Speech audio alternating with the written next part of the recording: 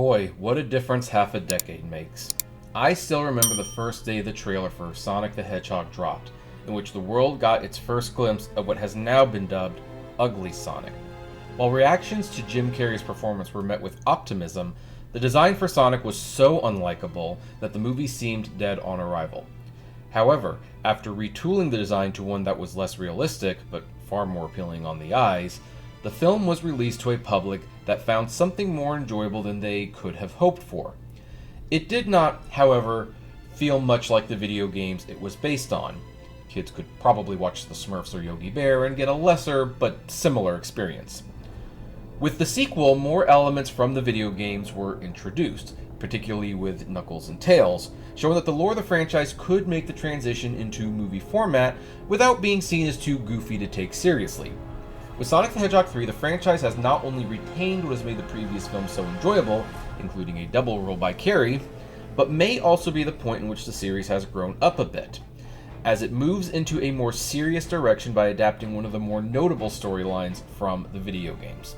The storyline comes courtesy of the Sega Dreamcast game Sonic Adventure 2, in which Sonic is framed as a criminal by another hedgehog who looks exactly like him, except for the color, shoes, and directions of his spikes. That character is Shadow the Hedgehog, a government experiment that was hidden away for 50 years, but has now been freed by a figure who is using stolen technology from Dr. Robotnik, played by Jim Carrey. While viewers unfamiliar with the games may assume that Shadow is more or less just an evil clone of Sonic himself, the reality is that there is more depth to the character than most will be anticipating, including a backstory that is rather dark and tragic for a family film. Considering that pain and loss are the main themes of the film, it was a great move to hire Keanu Reeves to voice the character, as he not only brings a menacing tone to the character, but he also has a tinge of sadness behind his words. The filmmakers wisely moved away from the framing storyline and leaned more into the tragic backstory of the characters. Lest you think everything gets too serious at this point, Robotnik finds that his long-lost grandfather Gerald Robotnik, also played by Jim Carrey, is alive and well, and the two spend quality time getting to know one another through virtual reality and 90s dance moves in a high-security government facility. Because even if the series is growing up a bit, it still knows what it is, a fun family adventure. That it is a fun family adventure that is surprisingly emotional at times is, sadly, all too rare in the field of family entertainment. Sonic the Hedgehog 3 is easily the best installment of the franchise, and a good launching pad to show that video game movies have the potential to tell stories with a bit more depth than what the Mario and Pokemon movies have been delivering. It is not perfect by any means, but it is a good example of how a video game adaptation, if done with care and love, can properly deliver the fun experiences that the games provide on the silver screen.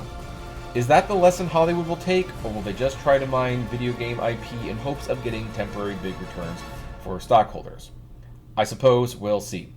I'm Kevin T. Rodriguez, film critic of iCritic.net. You can read my print review of this and other reviews on my website, and I give Sonic the Hedgehog 3 4 out of 5 stars. Take care, everyone. Few more things. First of all, the names that you see on the screen, these are our Patreon and YouTube member supporters, and I thank each and every one of them. Their support helps me make exclusive videos for Patreon and YouTube members, as well as keep the channel running, and of course is just of huge kindness to me. Also, don't forget to check out the iCritic-led podcast on Spotify, Apple, Google, Deezer, whatever podcasting service you listen to, it is there. We definitely want to see you there. And hey, there's also other videos that you can check out. So, check out these other channels, these other videos, especially that one. I think that's a really good one.